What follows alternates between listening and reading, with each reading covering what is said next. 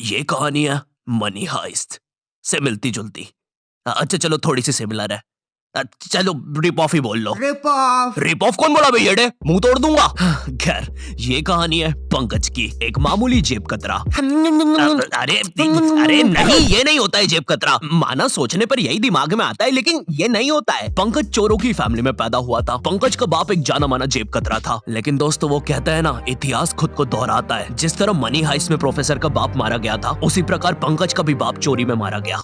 बस फर्क इतना था कि जो प्रोफेसर का बाप था ना, उसको बस एक बुलेट लगी थी, छोटी सी, बस एक बुलेट। और दूसरी तरफ हमारा पंकज का बाप है, जिसको 70 लोगों ने कोने में घसीट कर चप्पलों से मारा था, आवाज भी नहीं आने दी थी। लेकिन उसने किया क्या है? पापा तू भी मुझे भीड़ में मार रहा था? नहीं। अच्छा हाँ फिर ठीक है।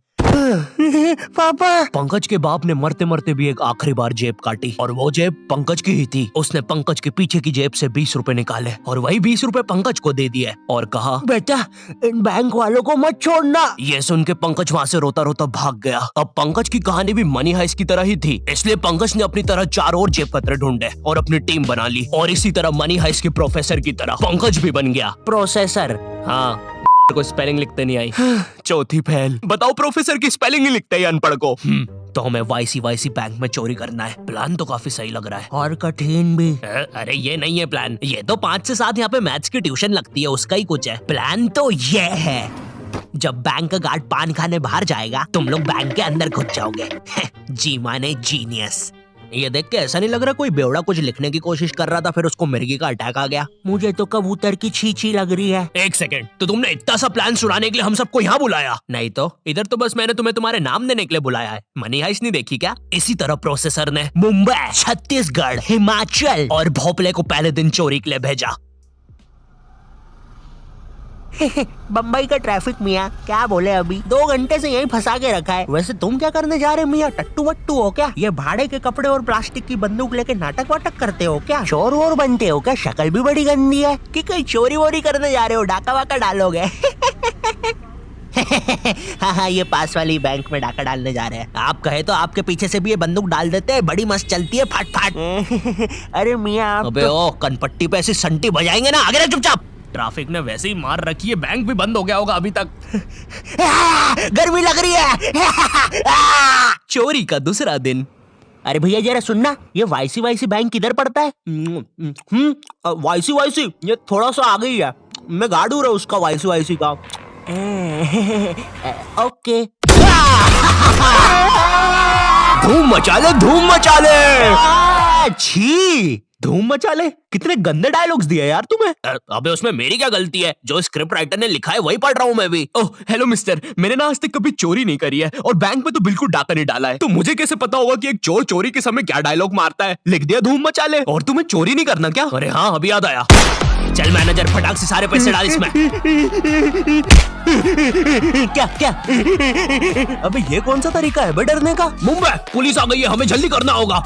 भोपाल और छत्तीसगढ़ तुम तिजोरी तोड़ो और हम लोग इन्हें हॉस्टेज लेते हैं। सर अंदर घुसे तो हॉस्टेजेस को खतरा है, इसलिए उन्हें बाहर ही बुलाना पड़ेगा। हम लोग के स्नाइपर्स भी रेडी हो गए हैं। अरे तो ये इतनी ऊपर चढ़ के क्यों बैठा हुआ है? बैंक तो एक ही माले का है। नहीं सर वो अपना नहीं है। अरे तो अपना वाला किधर है? अपना वाला तो वो है। ये कैसे चलती है? अरे रुकना शेमड़े। लगी रहा है। देख हमें तिजोरी का पासवर्ड नहीं पता है और यहाँ पे कोई क्लू भी नहीं है जिससे हमें पता चले, तो अब काम आएगा हमारा दिमाग। खुल जा। हे ईश्वर हमारी प्रार्थना सुने, इस तिजोरी को खोल दे। छुप जा फटेगा अभी। अरे ये तिजोरी खुलती क्यों नहीं है? सर अंदर से कुछ धमाकों की आवाजें आ रही है। सर कोई अनजान बंदा बहुत ही तेज बैंक की तरफ बढ़ रहा है। हमें लगता है इनका कोई गैंग मेंबर है। हाँ, तुम लोग मुझे नहीं पकड़ सकते यार, हम कितने नल्ले पुलिस वाले हैं। ये बंदा स्कूटी पे हमसे तेज जा रहा है। इस पल का मुझे बहुत पहले से इंतजार था, मैं इसी के लिए पैदा हुआ हूँ।